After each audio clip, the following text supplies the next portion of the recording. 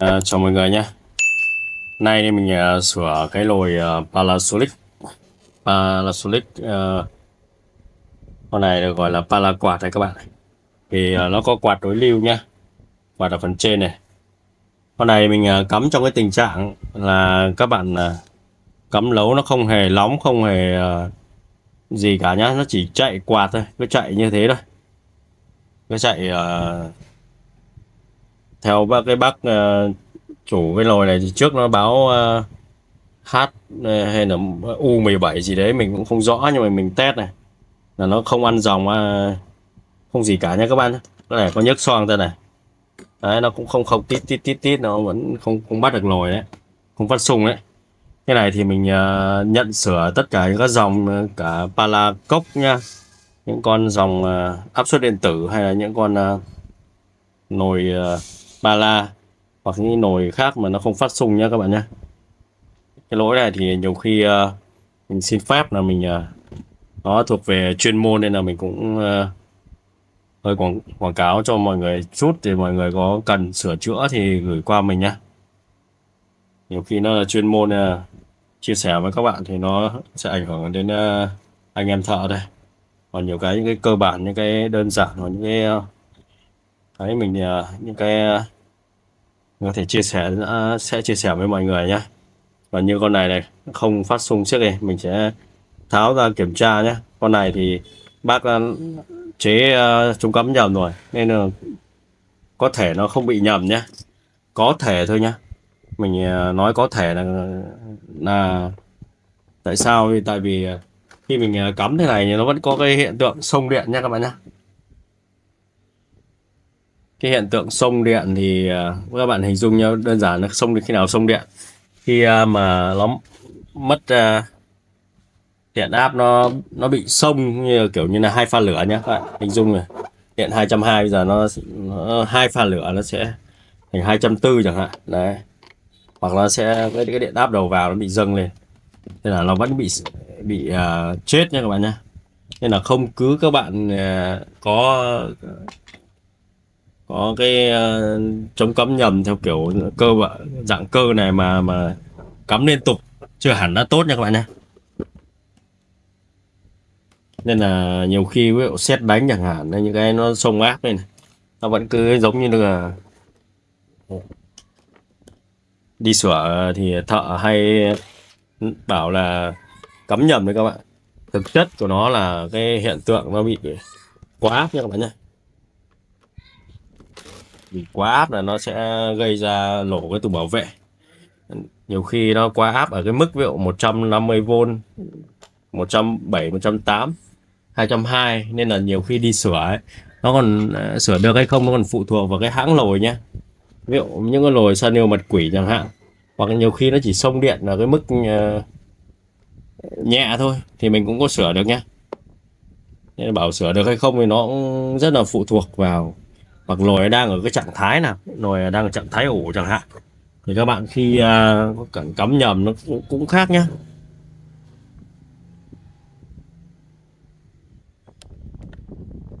Nên các bạn có cắm nhầm thì các bạn tin tưởng thì cứ gửi cho mình sửa, hỏi có sửa được không thì mình chuyên nồi. Thì đến bệnh viện các bác hỏi bác sĩ trong cái bệnh ung thư của em có sửa được không, nó chữa được không, thì nó ung thư nó có giai đoạn đầu, ung thư giai đoạn sau, nên là nhiều khi phải kiểm tra thực tế. Như con này các bạn nhìn này, không có cắm nhầm nhé này nha. Đấy. Tủ bảo vệ còn rất là đẹp nha. Cái hiện tượng không phát xung thì mình sẽ chia sẻ một số đây. Không phát xung thì cái khối công suất này là các bạn này, khối công suất này nó đang bị lỗi, nó mất tín hiệu, có thể là do cáp này. Đấy, đấy là cách mình chia sẻ nhé. Các bạn có thể do cái cáp này nó có vấn đề, nó sẽ mất cái tín hiệu từ bo khiển xuống bo công suất. Để nó là một dạng, nó cũng như là đường mạch của mình đứt thôi. Còn nó lại khác thì nó có thể là do đường mạch nó bị ẩm, hay là nó bị oxy hóa gì đấy, thì nó sẽ gây ra cái bệnh không Cái không phát xung này thì các bạn ấy chỉ kiểm tra cái khối công suất thôi, xem nó đang bị lỗi ở đâu. Cái này thì có một đoạn trước nó có cái nhạc chuông, không có người gọi mình, nên là nó phải cắt mà nó sẽ không. Con này thì kiểm tra qua thì các bạn thấy đấy, nó vẫn có nguồn nhá, vẫn bấm nấu chạy. Con này thì nó chạy IC gốm nhá, theo mình nhớ con này nó chạy IC gốm S10 đấy. Có thể cái con IC gốm này nó lỗi chứ các bạn nhé, mình đã từng gặp cái con IC gốm này nó lỗi rồi. Mình nói là không chia sẻ với các bạn, nhưng mà có những cái nó chuyên sâu thì đừng, khi chia sẻ với các bạn thì các bạn không chuyên sâu thì các bạn cũng không có cách nào làm đâu.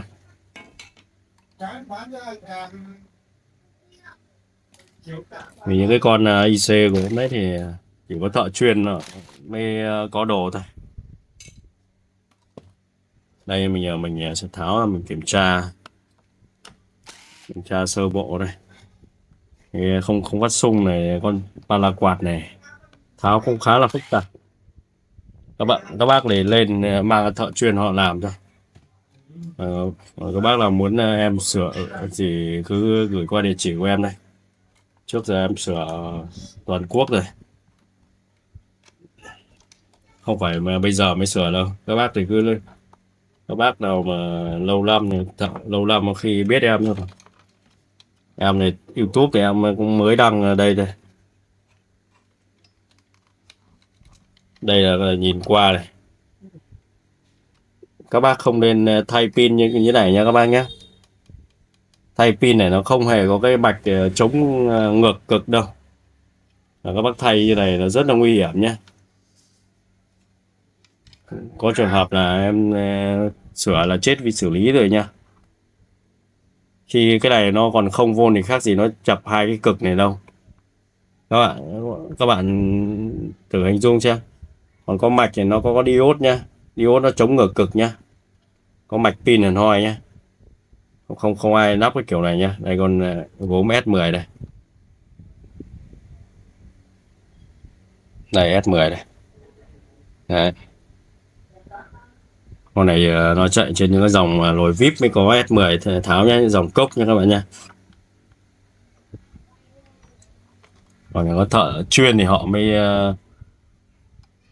đây là có con IC này, IC 1700S nhá.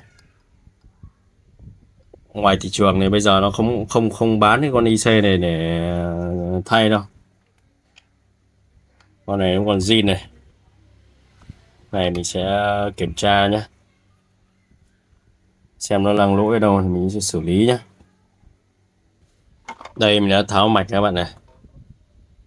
Cái này thì các bạn mà muốn sửa thì các bạn nhiều khi phải có đồ ấy nha, có con S10 đấy nhá. Không tháo ra mà nó lỗi S10 không phát xung thì các bạn này vẫn phải chuyển viện này.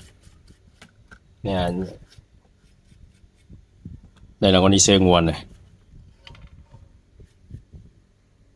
3608 nhé.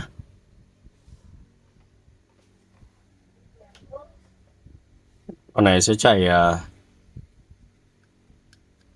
hai sò nha các bạn nhé. Các bạn muốn biết là nó không phát xung do đâu thì mình sẽ phải kiểm tra hết cái khối công suất nhé, khối công suất các thứ nhé, kiểm tra hết nhé. Còn những cái dòng này thì các bạn có thể kiểm tra thay thử quạt, thay thử cáp nhé. Còn con này để tháo một cái cáp này ra thì cũng sẽ rất là mất nhiều công đấy nhá. Nên là các bạn sửa để cân nhắc kỹ trước khi tháo nhé.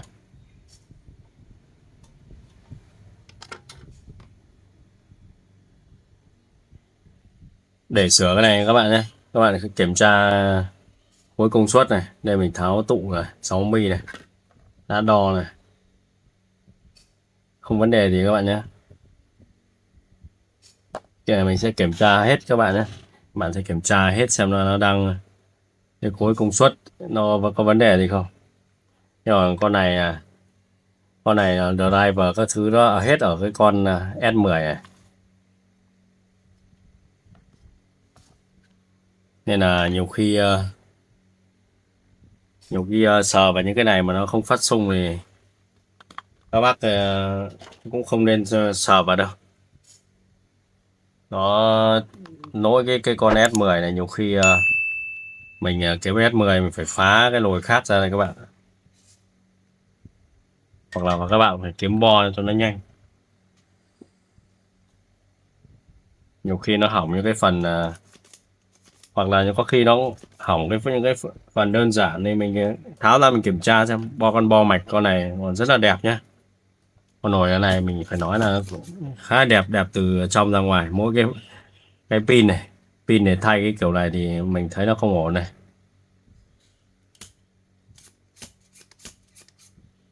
Pin này thì mình sẽ tháo ra luôn. Ai đi thay pin kiểu này bao giờ.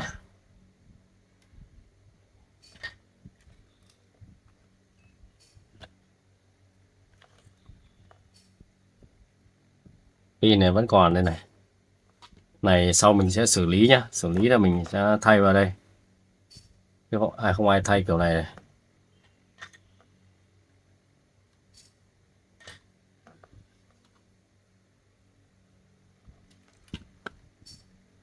Đây kiểm tra sơ qua đấy nhá. Đây kiểm tra tụ cộng hưởng này. Tụ cộng hưởng này. Tụ cộng hưởng này mà khô thì nó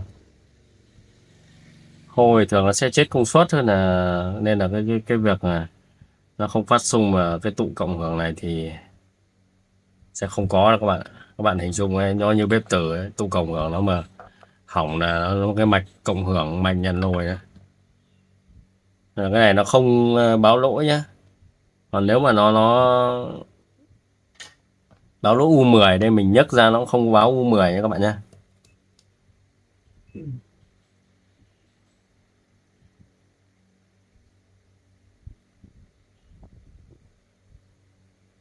Tụ ok nha các bạn nhé. Này mình sẽ kiếm cái con S10 này ở cái mạch còn sống nhá, mạch zin này mình nhấc ra S10 sang mình check, chứ không check để xử lý cho các bạn nhé.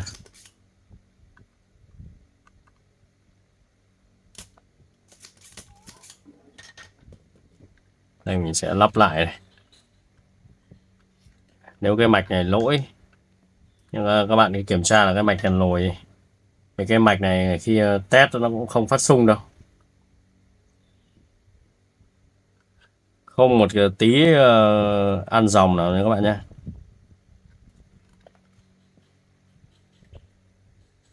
Những cái dòng Panasonic thì mình Panasonic cốc các thứ mình cũng gặp cũng khá là nhiều nhá, xử lý khá là nhiều cái lồi bị nóng, nó không nóng các bạn nha. Nguyên nhân này thì nó có khá là nhiều nguyên nhân, nhưng mà nguyên nhân cơ bản nó là không phát xung,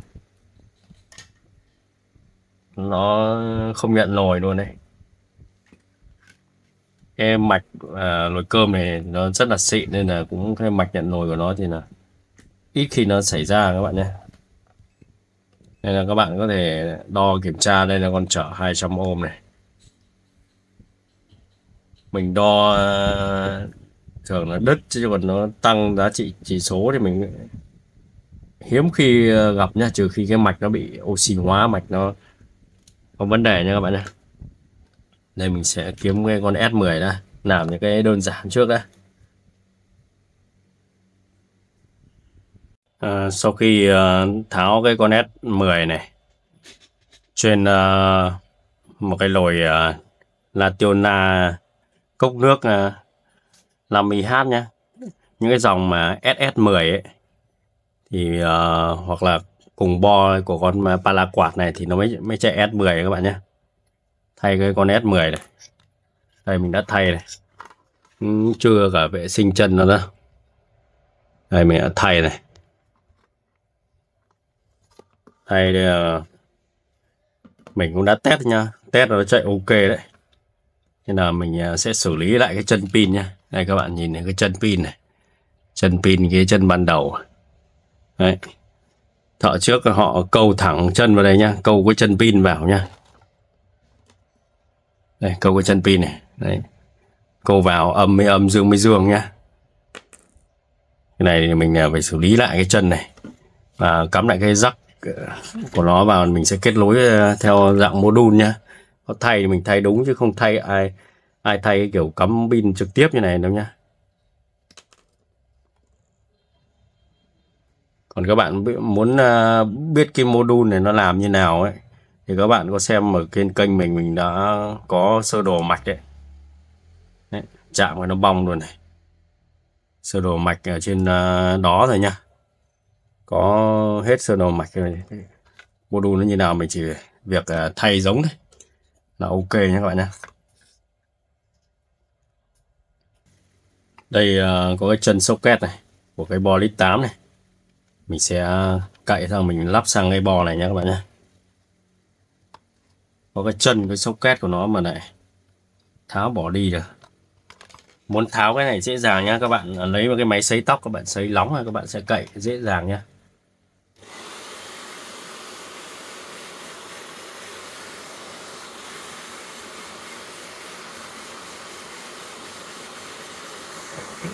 Đây là chân sau khi mình tháo ra này. Tháo khỏi bò nhá. Cái này thì mình sẽ phải xử lý lại cái chân này cho nó thẳng này. Thì họ đã hàn tiếp vào đây này. Đây là cục pin zin của cái bác cái đấy nhá. Nó bong cái này mình đã mài, mình hàn vào rồi. Đây có module này. Module này ở trên cái lồi ba la đấy. Cái này thì các bạn có thể mua được nhá. Còn mình thì mình sẽ tận dụng những cái đồ cũ mà mình chế nhá. Cái này mình cắm theo dạng module này, nó có con trở, có con diode thì nó mới chuẩn nhá. Chứ mình cũng không thể câu thẳng cái kiểu kia được. Không có thì mình chế thêm linh kiện vào, mình cho nó mạch cho nó đủ chuẩn là chỉ này. Đấy, nó cũng không mất bao thời gian đâu. Mình cắm chân vào này. Thường là nếu mà này, các bạn là chân dương này, nó cắm vào, các bạn mà cắm nó bị lệch chân nhá. Bạn bị lệch chân thì sau đó các bạn rút ra, các bạn đẩy cái chân này ra, bạn đảo chân sang bên này. Này, nó cũng đơn giản này. Mình chắc là nghĩ là không phải chỉ thêm đâu. Đây mình sẽ lắp vào test cho các bạn xem nhé. Các bác nào làm rồi thì sẽ biết nhé. Nhiều khi lại không bảo em không chia sẻ. Thực sự là nhiều cái nó ảnh hưởng đến chén cơm của nhiều anh em trong nghề, nên là có những cái mình sẽ chia sẻ và có những cái mình sẽ xin phép để có thời điểm nào đó mình sẽ chia sẻ với mọi người.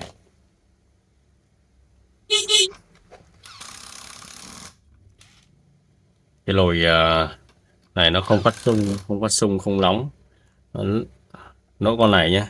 Còn mà những cái con lồi khác thì có thể nó bị ở cái chỗ khác nha các bạn nhé. Mình xin phép cắt một đoạn nhé. Có cái nhạc chuông điện thoại nó kêu, nó sẽ dính bản quyền này. Cái này thì các bạn để dạng module này, các bạn quấn một lớp băng dính vào nhá, để cho nó đỡ chạm một cái phần khác này, sau nó gây ra những cái vấn đề không đáng có. Nên là mình hạn chế được cái rủi ro bao nhiêu ấy. Mình cái đợt này khá bận quá, thực sự là bảo quay video thì các bác khách mà có muốn em làm ấy, nhiều khi xem kênh các bác muốn xem video này, biết em làm đấy, các bác nhìn xem video đấy, các bác tin tưởng thì các bác gửi em làm. Em nhiều khi em làm video thì mà cái làm theo cái kiểu mình sửa hàng ngày thì nó chỉ ngắn chuẩn đấy, nhiều khi tháo ra mình xử lý xong cái phần này, nhiều khi có khách em ra lại xử lý phần khác, nhiều khi nó rất mất thời gian nhé. Các bác nào làm thợ thì các bác biết, mình tranh thủ nhiều khi em đang test cái nồi cơm này em lại đi sửa cái nồi khác, công việc nó cứ lu bu. Đây là cái nồi Mình đã lắp bo mạch ở đây nhá, cắm vào test cho mọi người xem nhá.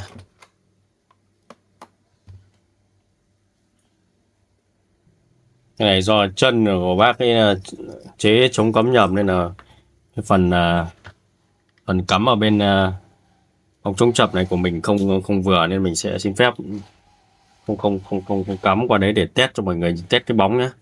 Nhưng mà khi các bạn cắm vào ống chống chập và test cái bóng này, nó sẽ nhá sóng nhá, sẽ nháy cái bóng này để nó báo cho mình có xung đấy. Đây mình bật luôn này. Đấy, cái này rồi này mình đã đang test sẵn rồi nên là nó vẫn còn nhớ chương trình này. Đây mình sẽ chuyển sang nấu nhanh này, bấm nấu này. Đấy các bạn nghe tiếng rít này, thấy dòng ăn không ạ? Đấy, dòng ăn là lồi nó đã cắn sung nhá. Các bạn mà xem đầu video để có biết là cái nguyên nhân của nó cứ chạy suốt ngày, cứ quay chạy quạt này, không hề cắn nhá, công suất nhá. Đấy các bạn nhìn này, chỉ cần nhìn thấy nó ăn công suất này, 9,8A này là lồi nó đã chạy này, ăn 1000W này. Đấy, như thế này là đã thành công 90% rồi.